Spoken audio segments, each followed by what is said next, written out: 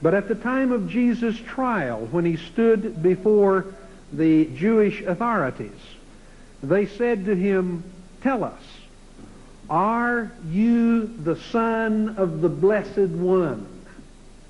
Who is the Blessed One? Mary? Or God? And Jesus said, "I am." And they said, "What further need do we have for proof? He has blasphemed. Let him die." Blasphemy is taking to a human being that which uniquely belongs to God. And nobody knew that any better than the Jews. No people in those days were any more sensitive to that.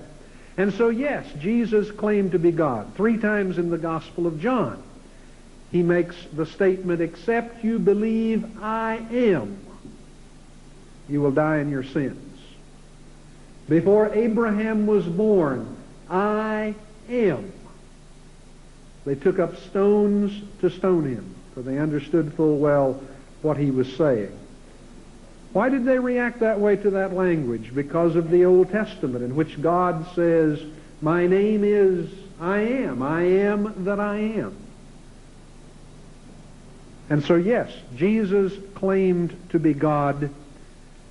Did he ask his followers to worship him? If you mean, did he say to his followers, "Followers, fall down and worship me"? No, you do not find those words coming from the lips of Jesus in the Gospels. But you do find people falling down and worshiping him. And he accepted it. He did not say, "Get up." He did not say, "You're mistaken." He did not say, "Leave." He did not say, "That is inappropriate." He did not say, "You're wrong." He accepted it.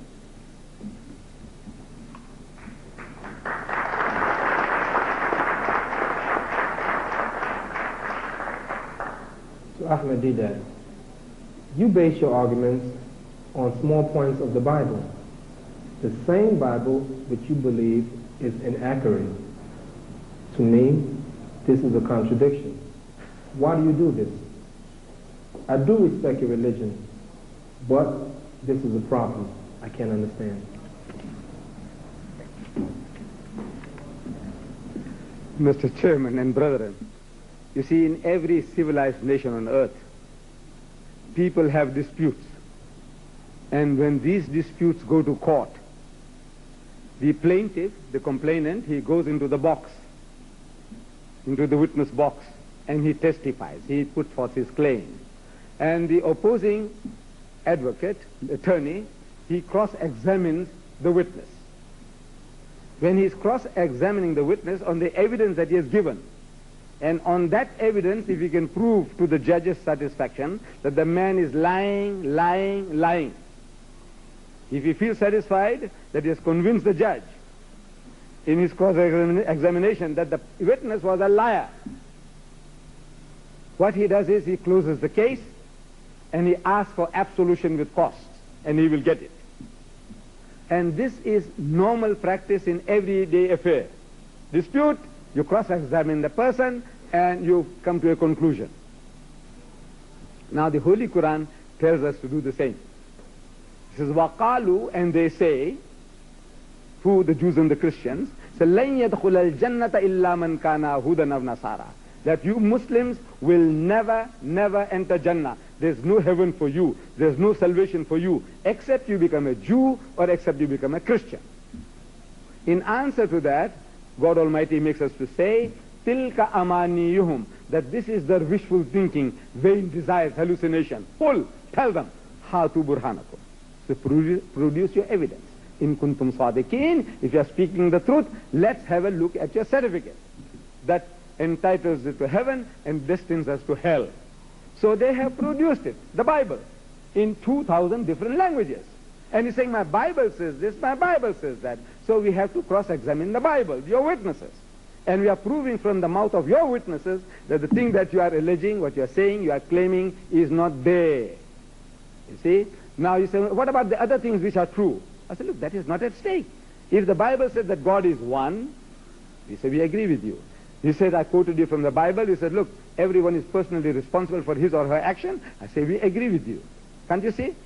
If you say God is a loving Father in heaven, I say, right, we agree with you. But when you say that he's like Shylock, wanting to get a pound of flesh from his creation, Adam and Eve sins and he makes you responsible, and at the beginning of 1986, there were 4.8 billion people on earth, and according to the Christian belief that everyone goes to hell for what? The sin that Adam and Eve committed. So I said, this is the most nonsensical idea. Because Adam didn't ask me before eating the apple, nor did Eve ask my wife. How can God hold us responsible?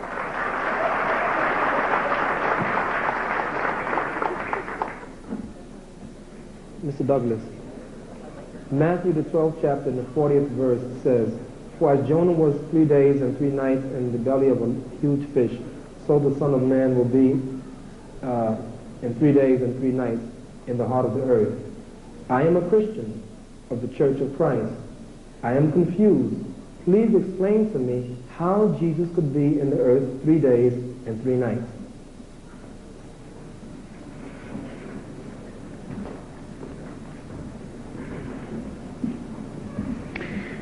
Well, first of all, let me say I'll be delighted to talk with you about this in a more extended way than our time now permits.